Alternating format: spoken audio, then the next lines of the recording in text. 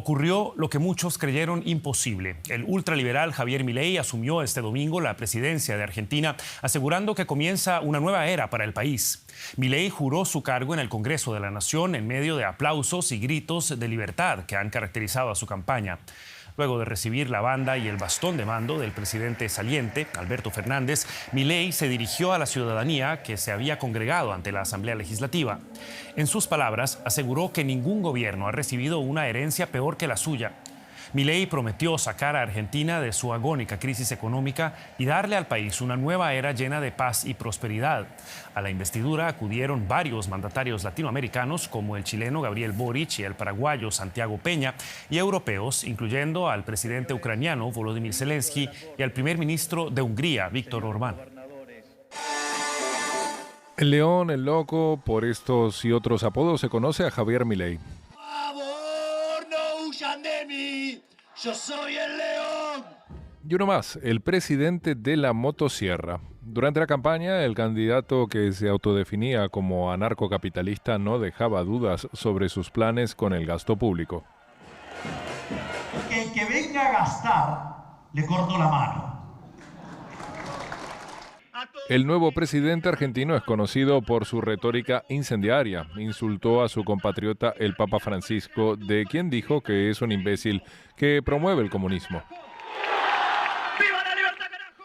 Una ideología que el economista Milei, de 53 años, rechaza de plano. Durante la campaña, Milei aseguró que no iba a relacionarse con los regímenes comunistas de China ni de, según él, Brasil. Vamos a tener problemas políticos. Y en lugar de quejarnos sobre los problemas políticos, tenemos que ser inteligentes y tratar de resolverlos, tratar de hablar. En la escena internacional, Milei aboga por estrechar los vínculos con Estados Unidos e Israel. Quiere trasladar la embajada argentina a Jerusalén, un paso controvertido que ya dio Donald Trump.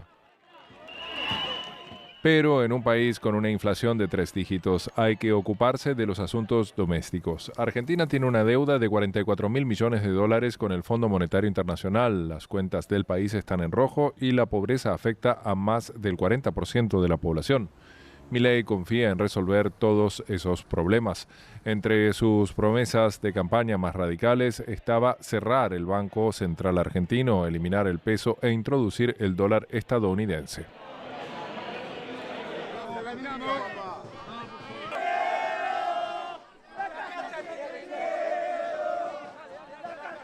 A pesar de lo sombrío que luce la situación, quiero decirles que Argentina tiene futuro, pero ese futuro existe si ese futuro es liberal. Pero no todos están convencidos. A los trabajadores descontentos con su paga y su protección social los preocupa que las cosas empeoren. Esperamos que no haga lo que dice, porque si hace lo que dice, va a ser un desastre. Muchas mujeres también están preocupadas. Milei es antiabortista. Estoy convencida de que viene un tiempo difícil. Para bien o para mal, Milei ha convencido a la mayoría del electorado de que él tiene las mejores soluciones para los problemas de Argentina. Va a cambiar totalmente. Es algo que mucha gente lo quería y que estamos con las expectativas de conseguir un cambio para bien. Que va a haber un cambio parece probable, pero no está claro en qué forma ni tamaño. Desde su victoria electoral, el hombre de los numerosos apodos ha invitado al Papa, ha enviado a su ministro de Exteriores a Brasil y ha pospuesto su plan de dolarización. Un periódico conservador concluye: el león ya no es solo carnívoro. Y nuestro compañero Andrés Goldschmidt cubrió las elecciones en Argentina para nosotros. Está ahora aquí en el estudio. ¿Qué tal, Andrés? Bienvenido. Bueno, hay quienes distinguen a un Javier Milei antes y después de haber ganado las elecciones. ¿Qué destacarías del primer discurso que da como presidente de Argentina? Bueno, la mayoría de las excentricidades ya las dejó de lado hace tiempo. Hoy se pudo ver alguna inflexión en su tono de voz desde el tono del mandatario que asume a esa voz distorsionada del rockero metalero de los primeros tiempos, cuando le hablaba unos pocos. Pero del discurso destaco dos cosas. Una similitud con el primer discurso de Trump, también de espaldas al Congreso, y en el que dijo: hoy comienza una nueva era, el poder sale de Washington y retorna al pueblo. Un poco de esa época, y además avisar: el ajuste y el shock son inevitables, el sufrimiento es responsabilidad del gobierno pasado. Es decir, el tópico de hay que sufrir para resurgir, como avisando que se vienen tiempos muy duros. Lamentablemente el sufrimiento se paga hoy y el resurgir a veces no llega. Indiscutiblemente hay, por supuesto, un enorme escepticismo, no solo entre parte importante de la población argentina, sino también del espectro político. ¿Qué tan dispuestos están los argentinos a darle a Javier Milei el beneficio de la duda? Yo creo que hay que mirar, es clave en realidad, la posición de quienes sí creen y quienes lo apoyan. Hablar de luna de miel en esta situación de la Argentina no es adecuado, pero yo creo que la apuesta de Milei es posponer esa luna de miel, como estas parejas que se casan pero viajan recién en el futuro. Y es que si después de este terremoto, si es que eso ocurre, hay signos, hay la percepción de que algo mejora la inflación y el frente cambiario, entonces ahí, si esto ocurre, y hay dudas sobre si eso ocurrirá, pero si eso ocurre, Milei apuesta, y creo que en ese cálculo sí es correcto, apuesta a poder tener un margen amplio de acción para gobernar con alta tolerancia, esto es duro, pero con alta tolerancia a la desigualdad, a la pobreza y sus consecuencias, alta tolerancia también a la represión de la protesta, de la corrupción, de algunos agravios eventuales a la institucionalidad.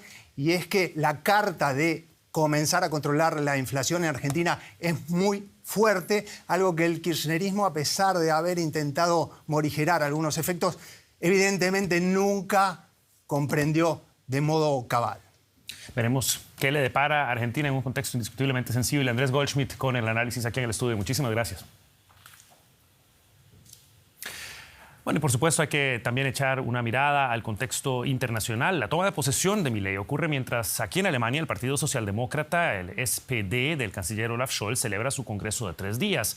En el evento, el portavoz de Exteriores, Nils Schmidt, señaló que el gobierno alemán respeta la legítima elección de Milei, pero que también está enfrentado a la incertidumbre a la que se enfrenta el país y que obliga a incrementar el diálogo con todos los sectores de la sociedad. Respetamos el resultado de las elecciones en Argentina. El presidente Milei tiene legitimidad democrática. Veremos qué política siga. Algo similar hicimos con el señor Bolsonaro. Sin embargo, seguramente buscaremos mucho más contacto con el Congreso, el Parlamento argentino y el amplio espectro de la política y la sociedad argentinas. Y la sociedad civil. Porque no lo sabemos. No sabemos qué podemos esperar de este presidente. No obstante, hay que darle una oportunidad porque no tiene mayorías en el Parlamento y por lo tanto tendrá que hacer compromisos. Sobre todo esperamos que no haya revueltas sociales en Argentina debido a una política neoliberal fallida. Vamos a hacer un análisis más amplio de lo que le espera a Argentina en esta nueva administración. Para ello contamos a esta hora con Andrés Malamud, es politólogo e investigador principal en la Universidad de Lisboa, que nos acompaña desde esa ciudad. Muchísimas gracias por estar con nosotros, señor Malamud. Y quisiera comenzar preguntándole por lo básico. Llegó el día tan esperado y tan temido por muchos. Veíamos a Javier Milei frente al Congreso, que será posiblemente su mayor obstáculo para gobernar. ¿Cómo valora usted las circunstancias en las que Milei llega al poder? Complicadas, por la herencia económica y porque él está en hiperminoría en el Congreso. No solo no tiene la mitad de ninguna de las cámaras, no tiene ni siquiera un tercio, ni en diputados ni en senadores. Y el tercio es necesario para evitar el juicio político. Él comienza como un presidente popular, pero los presidentes impopulares en América Latina enfrentan el riesgo de la destitución por vía parlamentaria. En los últimos 32 años, 26 presidentes de América Latina fueron destituidos. Y no hace falta que cometan un delito. Alcanza con que pierdan la popularidad con que llegan al poder. Entiendo bien que entonces usted considera que es un escenario real que Javier Milei no llegue a terminar su mandato. Es un escenario posible, no es ineluctable. ¿Cómo se resuelve el problema de la minoría en el Congreso? Con coaliciones. Los presidentes buscan el apoyo de partidos que no los apoyaron y a cambio de políticas públicas o de cargos en el gobierno, generalmente ministerios, obtienen el apoyo legislativo necesario para pasar su agenda. Pero esto requiere que Javier Milei se comporte en el gobierno diferente a como se portó en campaña. En campaña agredió y quemó puentes. Una vez que ganó las elecciones, cambió de conducta. Ustedes recién lo mencionaban. Él es un anarco-libertario. Pero esa es la posición doctrinaria extrema. Él después pragmáticamente se conforma con ser un minarquista, es decir, alguien que acepta que el Estado tiene que cumplir algunos roles en el mundo en el que vivimos. Y lo mismo está pasando con lo que él llamaba la casta, el establishment político. Él criticó a todos los políticos, pero apenas ganó, se amigó con unos cuantos, empezando por el Papa. Sí. Justamente hay que hablar de algunos de los temores a un retroceso en las conquistas sociales de Argentina y también de los valores del país que van hasta el miedo a una posible apología de la dictadura. ¿Hay motivos desde su punto de vista para preocuparse por la integridad moral de Argentina a partir de hoy? Hay motivos para preocuparse por Argentina, pero derivan más de la hiperinflación, del riesgo de hiperinflación, que del riesgo de autoritarismo. Javier Milei no tiene condiciones para ser un presidente autoritario, no tiene mayoría en el Congreso, no tiene fuerzas armadas ni con capacidad ni con voluntad de apoyar un intento autoritario, no tiene movimientos religiosos ni evangélicos ni musulmanes por detrás que puedan estar, islamistas no musulmanes, que puedan estar a favor de una toma de la democracia. Y no tiene el apoyo de los empresarios ni de los grupos económicos de poder relevantes. Y no hay actores internacionales que estén a favor de una dictadura en Argentina. Es más grave la situación económica que la situación política. Y él no es un autoritario ni un nacionalista. Es un libertario. Él admira a Margaret Thatcher, fíjense ustedes. Y ganó las elecciones en Argentina diciendo que admiraba a una líder internacional que le ganó una guerra a Argentina. Es un caso extraordinario en el mundo. Se parece a muchos, pero no es igual a ninguno. Situación sin duda alguna particular la que vive Argentina. Veremos qué espera al país en los próximos 4 años. Muchísimas gracias por este análisis, Andrés Malamud.